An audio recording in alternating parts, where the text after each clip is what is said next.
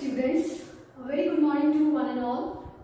Welcome to the next lecture of online theory class series of subject Novel Drug Delivery System. I am Mrs. Aarti Majumdar, Associate Professor from the Department of Pharmaceutics, Smriti College of Pharmaceutical Education, Indore.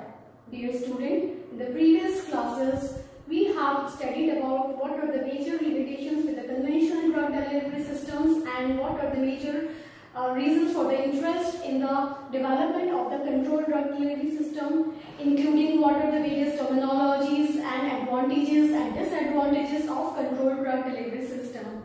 So far, we have also studied about the various factors which are influencing the design and performance of the controlled drug delivery system, and we have also studied about the various approaches which are used for the development of controlled drug delivery system. In continuation of that, today we are going to discuss about the next approach, that is water penetration controlled drug delivery system. In the previous lecture, we have covered about the various approaches like diffusion controlled approach, and in which we have studied about what are the matrix types of system and what are the reservoir types of system. We have also compared about the advantages and disadvantages of these matrix type, which are also called as monolithic types of system and reservoir type of drug delivery system. We have also studied about dissolution controlled approaches and the approaches in which the both principle of diffusion and dissolution are incorporated.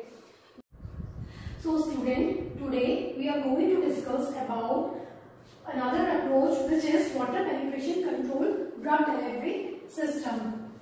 In these water penetration controlled drug delivery system, the rate of drug delivery is controlled by the rate of penetration of water into these systems. These water penetration drug delivery system, they are classified into two types. First is osmotically controlled drug delivery system, in which the main driving force for the delivery of drug is osmotic pressure. Then swelling controlled drug delivery system. In these swelling control release drug delivery system, actually the drug is incorporated uniformly in a glassy polymer matrix. These swelling control drug delivery system, they are hydrogel based system. A hydrogel can be defined as a three-dimensional network of hydrophilic polymers which has ability to swell in water, and they are capable of absorbing a large amount of water, almost 60 to 90% of their weight, still maintaining the structure of polymer because of the cross-linking of chemical or physical cross-linking of individual polymer chain. These polymers, which are used in the formulation of swelling control release drug delivery system, may be natural polymers or synthetic polymers. Proteins like collagen and gelatin, polysaccharides like agarose, alginates, then dextrin, guar gum, etc. These are the example of natural polymers which are used in the formulation of swelling control type of drug delivery system. Apart from these natural polymers, there are some synthetic polymers which have even higher water absorbing capacity.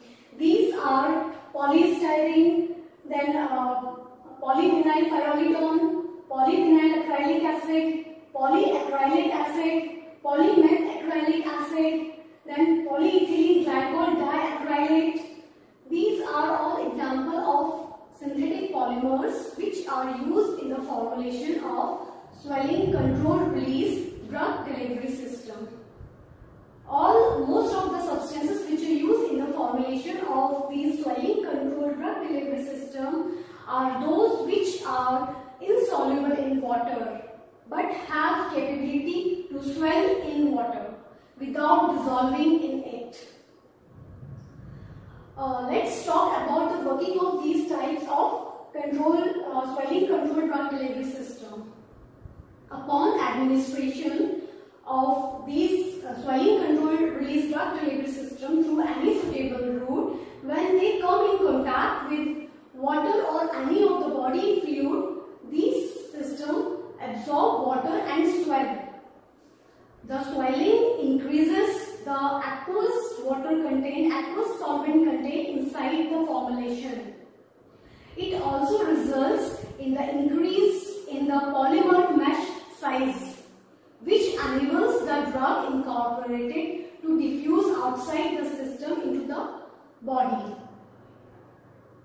In case of polymer hydrogel containing water-soluble agent, initially the diffusion coefficient value of the therapeutically active agent is very low in the dehydrated hydrogel.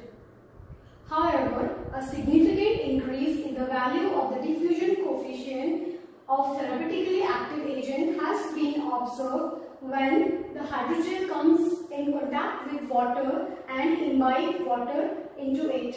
Therefore, when the diffusion of solvent into the device follows Fick's law, that is, rate of diffusion is directly proportional to the concentration gradient, then the rate of delivery of drug or release of drug through the swelling controlled release drug delivery system is a function of rate of intake of water into the system and rate of drug diffusion. These type of systems are used in formulation of oral matrix tablets, which are formulated as by using dry hydrophilic polymers, and when the drug is uniformly dispersed in them. When such tablets comes in contact with the body fluid, they swell, they imbibe water and swell, releasing the drug slowly at a controlled rate. However, a model is proposed for these swelling control release types of drug delivery system, which utilize non-Fickian case 2 type of diffusion, in which diffusion coefficient is strongly dependent upon both concentration and time.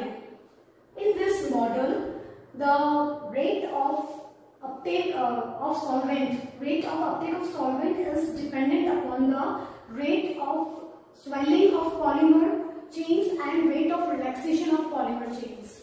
So, according to this model, which is divided into 3 zones, starting from the solvent front, the zone 1, which is in direct contact with the solvent, it is called as Solon zone. Zone 2 is beneath that Solon matrix, which is called as thin swelling zone, and next to it is unsolon zone. Now, Solon zone, it is in the direct contact with the solvent. In this, polymer is present in completely hydrated state in the gel form, and from this zone the it is easy for the drug to diffuse out of this zone. Beneath this zone there exists a swelling zone. Also, it is a thin swelling zone. It is in this zone where the polymer chains are slowly hydrating and relaxing. This process of relaxation and swelling of the polymer is the slowest step in this absorption process. This is called as type 2 diffusion. After this swelling zone, there lies an unsolon layer of dehydrated rigid polymer matrix.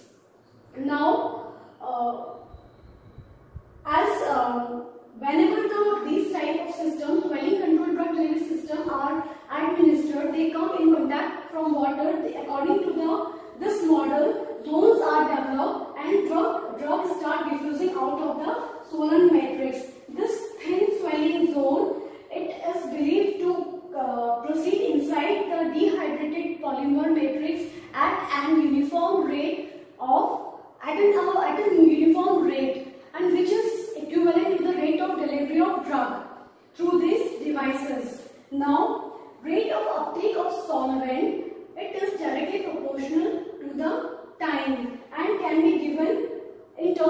weight, it can be expressed by this equation, where ms is the solvent gain in terms of weight in time t. It is equals to k into t to the power n, where k is the constant and t is the time.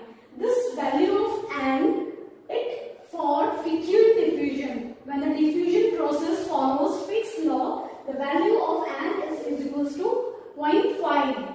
But for case 2 non-vacuum type of diffusion, the value of n is 1. Sometimes the value of n is in between 0.5 to 1, then it is called as anomalous diffusion.